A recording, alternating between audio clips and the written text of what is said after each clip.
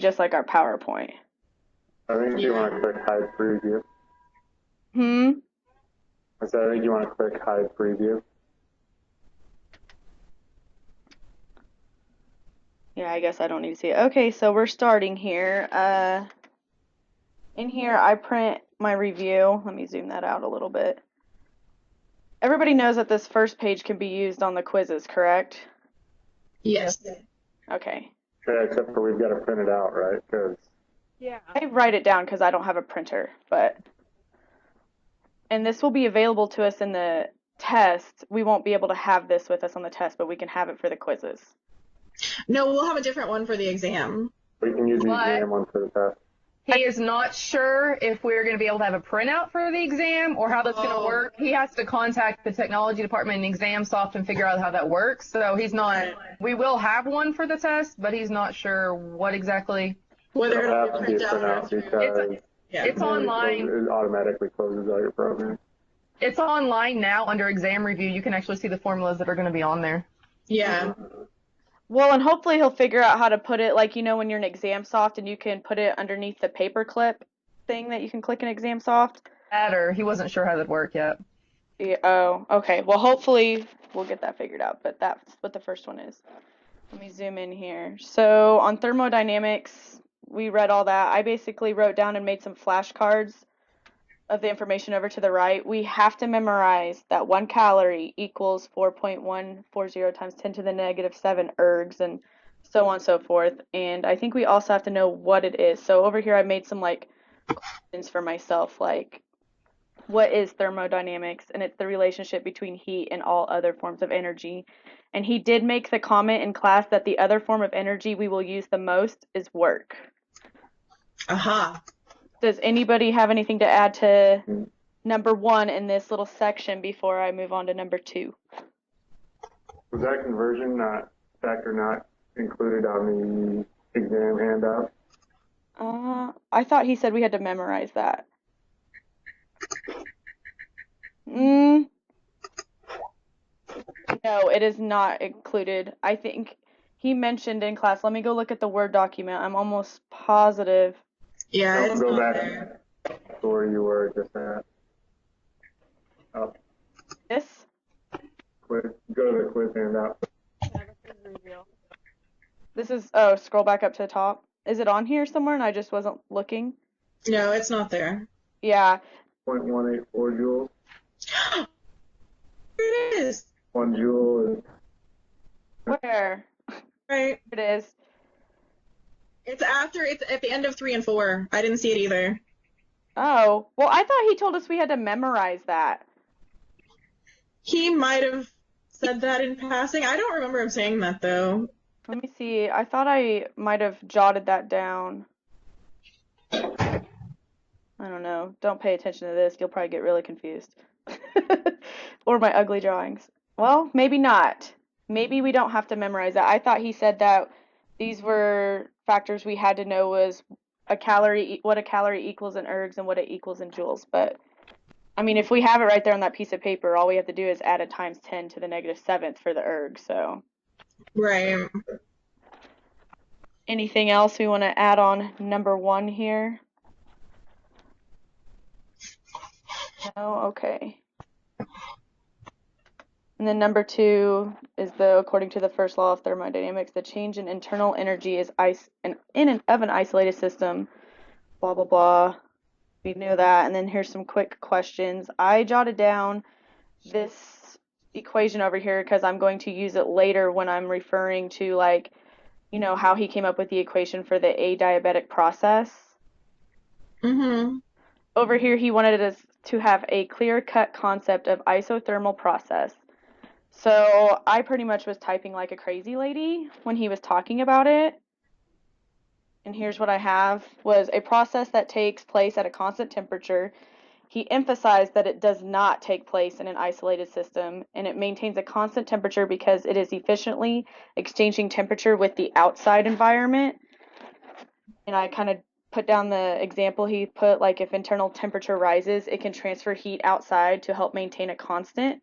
And it must be able to do this efficiently, whereas compared to the isolated system, he was talking about how these don't exist in real life, and it's heat is not easily absorbed, whereas in the isothermal we want it to be easily absorbed or released to maintain a constant temperature.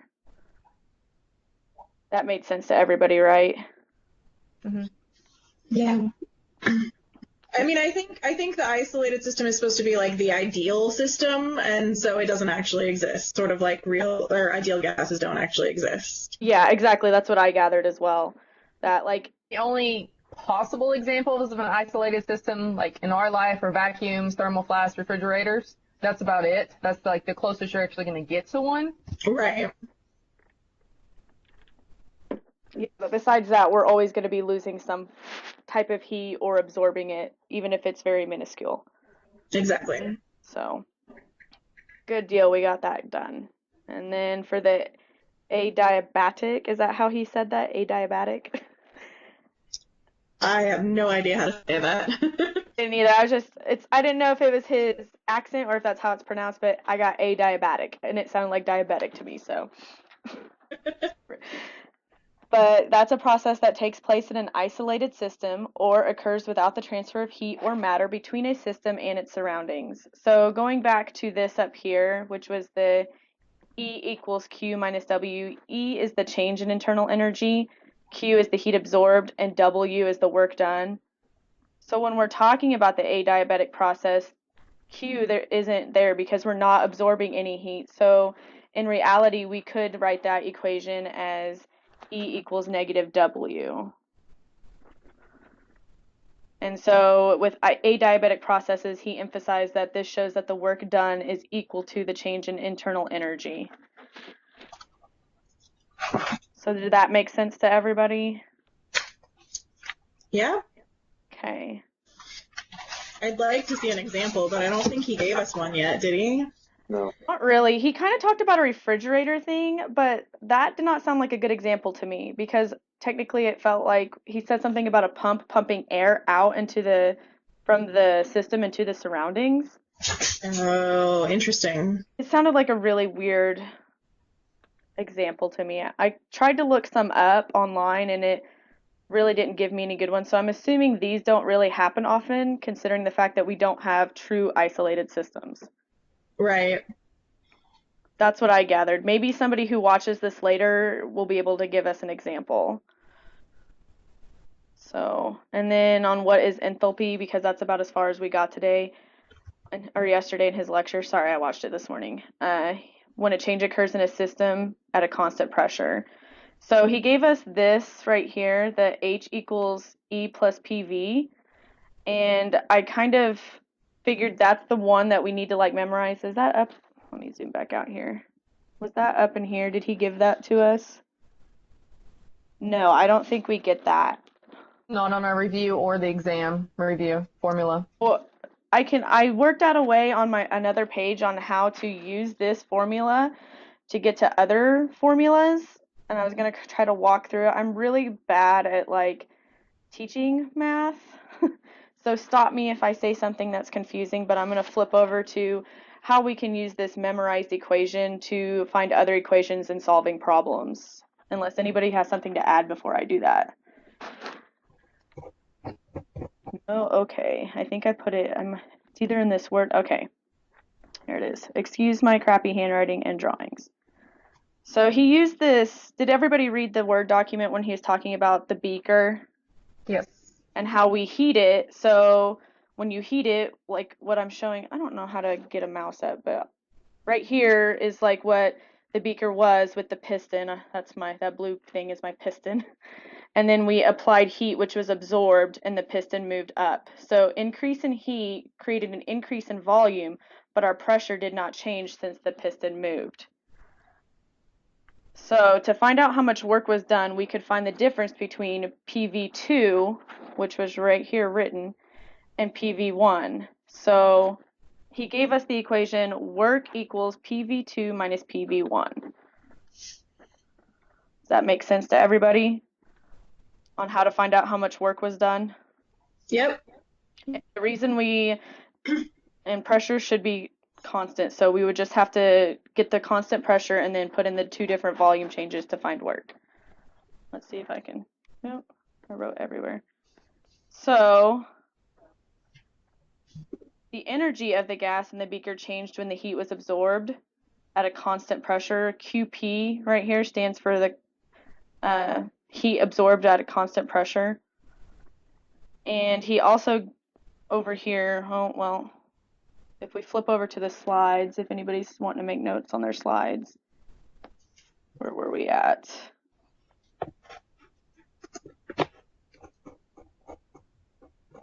It was at this part right here. Like that slide kind of scared me a little bit when I saw it, so that's why I did all this writing out of stuff.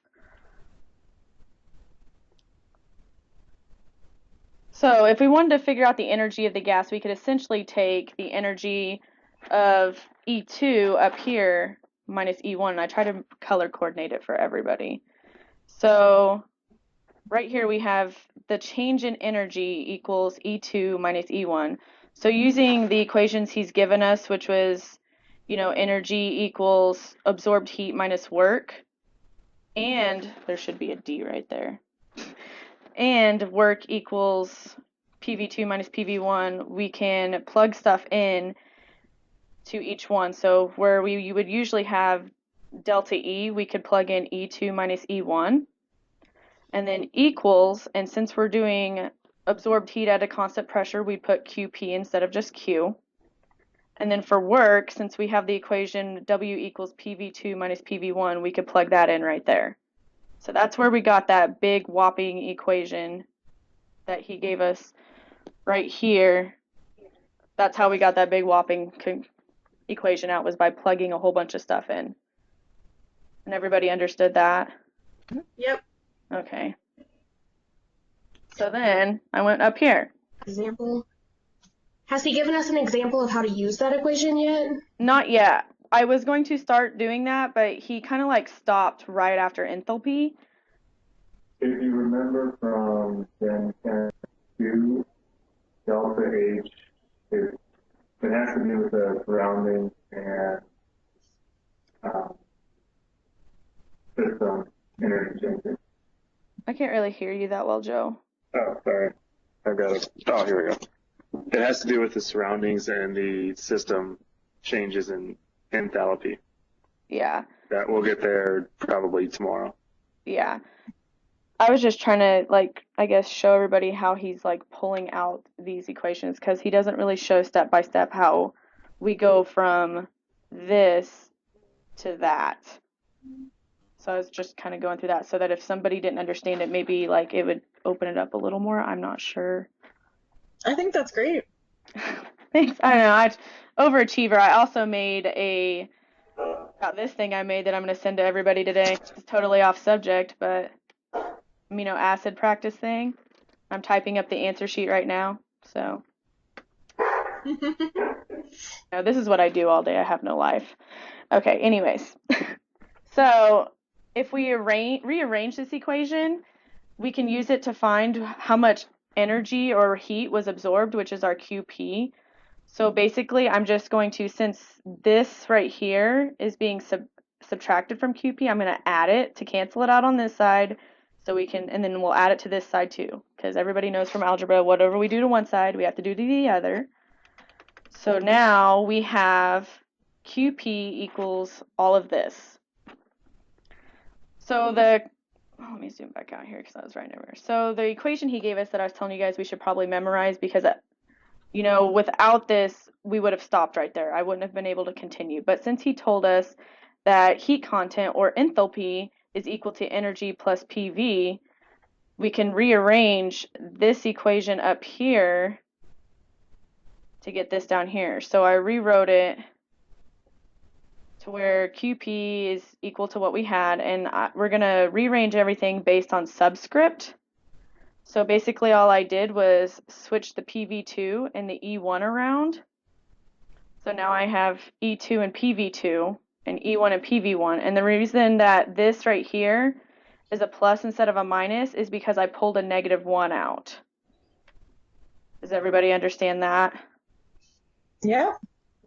And so theoretically now we can take and solve for H2 and H1 because H2 would equal E2 plus PV2 and H1 would equal E1 plus PV1. So now we have our H2 and our H1 in a really simple way. So if he ever writes, QP equals H2 minus H1, we know what these equal now and how they were figured out, how we got to that point. And that's about as far as I got. Did I confuse the hell out of everybody? No. Cool. I know he kind of likes to, not necessarily throw trick questions in there, I guess, but I guess we need to make sure that that is always when a pressure is constant. Because I'm pretty sure there's going to be a problem somewhere on there that says if the pressure is not constant, but he's probably still going to put, numbers in there, and we just have to know that in that case work may be 0, because if you increase it sufficiently enough, the pressure, it's not going to let the piston move, which means no displacement, so no work. Right. Yeah, and this right here, like H stands for enthalpy, so we can't use H at all if there's a pressure change because enthalpy is defined as constant pressure. So I guess we couldn't use this at all. If that's a good point. If there's a pressure change, we cannot use any of the enthalpy equations because, it's defined as system at a constant pressure. And that is as far as I got. I didn't move on. There is molar heat capacity. I didn't start that yet because he didn't start them in the lecture, so that's as far as I got.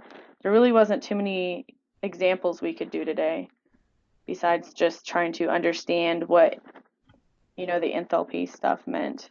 Is there anything that anybody else wants to share? If you look on the quiz review for quiz 3, it does tell us that a calorie is 4.184 joules, and then it says a joule is 10 to the 7th ergs. I don't know if you can see this or not. If you look at the exam review formula, it only gives us what a calorie in joules equal. It doesn't have the ergs on there, so we just need to make sure that 1 joule is 10 to the 7th ergs times 10 to the 7th. So Okay. it's not, the complete formula isn't on the actual test exam formula and data sheet. Yeah, but he kind of gives them both right here. So like we have that 1 joule is 10 to, and then also down here, so we could deduct from that 1 calorie is equal to 4.184. Yeah. And then we got to add that times 10 to the 7th. I have the worst handwriting, I'm sorry. So that's like all we really had to look at, I think, today. I think once Wednesday hits, we're going to be a little more pulling our hair out. Is there something anybody wants to share from their screen or just talk about?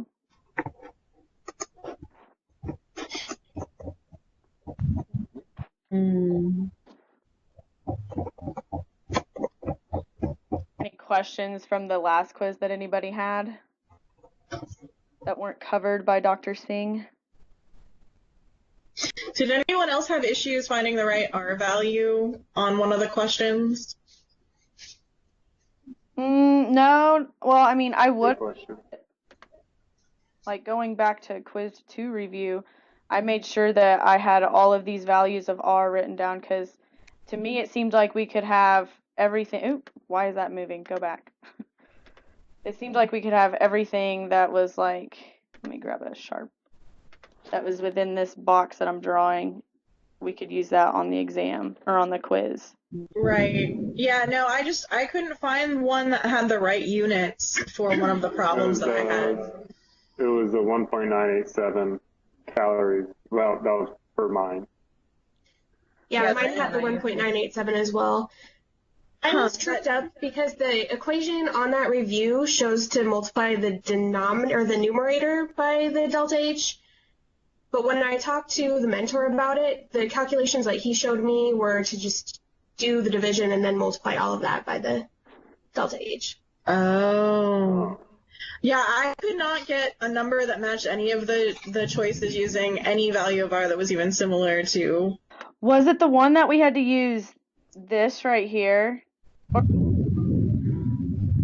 one? This was mine. Hold on. Are we flipping to your screen? Let me go. Got it on his video.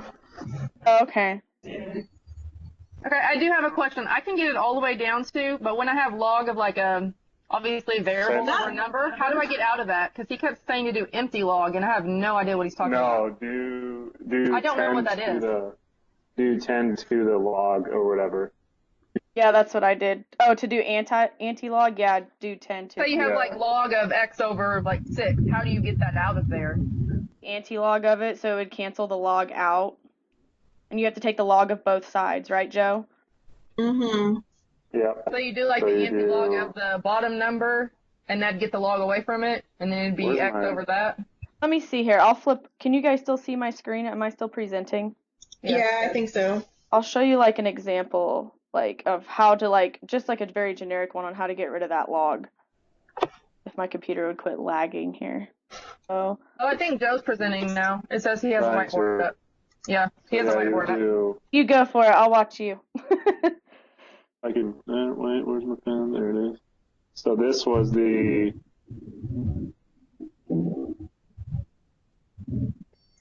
You know what? Now that I'm looking at what you had written, I think I did the right thing, and then I forgot to take the anti-log. yeah, so then it is, where's my, I had to have been plugging something in wrong because no matter what I did, like at one point I realized I had a decimal in the wrong spot and I started over. But I still couldn't like come up with an answer that matched any of those answers, and I guessed That was my problem. and I got it wrong. I thought I had that one. And I was like, dang it. And then the other one was a guess that I got wrong. But all the others I felt fairly confident. I wish we so if that is equal to 10, whatever, Mhm. you could even break this up to do log P2 minus log P Right. P1. So if you know, I mean, log of 1 is 1, so you can know that that's just going to be divided by 1. So you would just go 10 to that equals 10 to that Yeah. is the anti-log. So 10 power of something is the anti-log.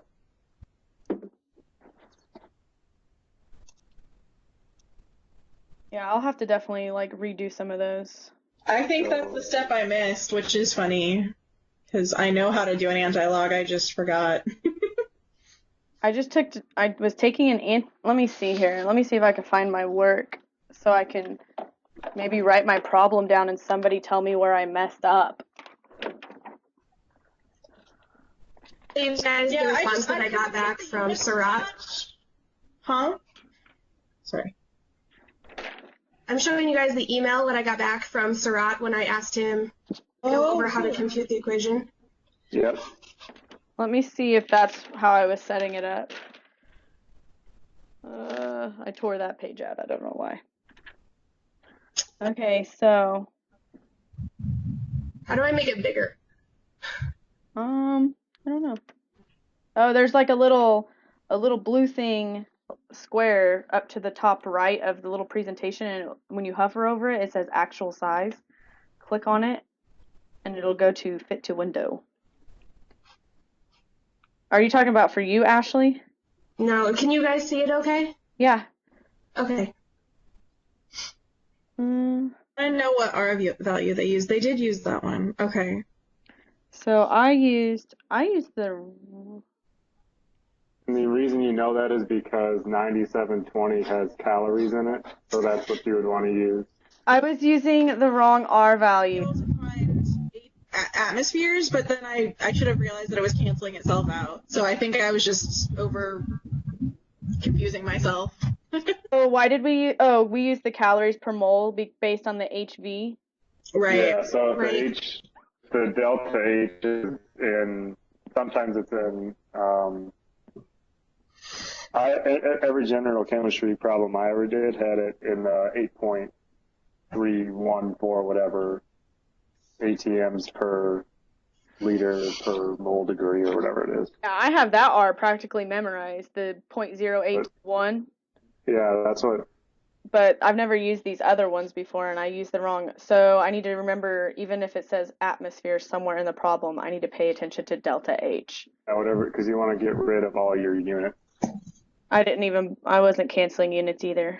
I failed miserably. Okay, well now that I know how to fix that, make a note of that.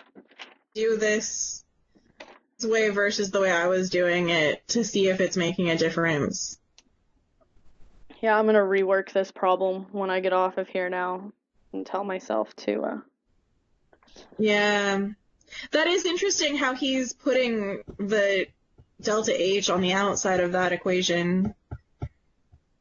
Oh, that's what I thought. Isn't that how it's supposed to be? That's what I did.